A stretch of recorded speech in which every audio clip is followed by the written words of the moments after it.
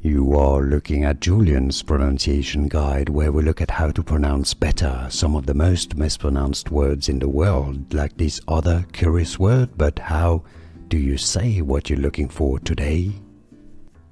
Let's learn how to pronounce this word once and for all correctly. If you want to learn more confusing pronunciations, stay tuned, including from the Bible. Stay tuned, I've got more videos for you.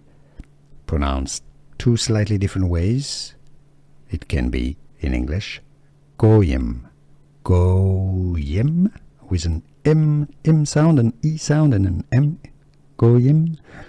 Also Goyim, with an A sound, a schwa sound, Goyim or Goyim.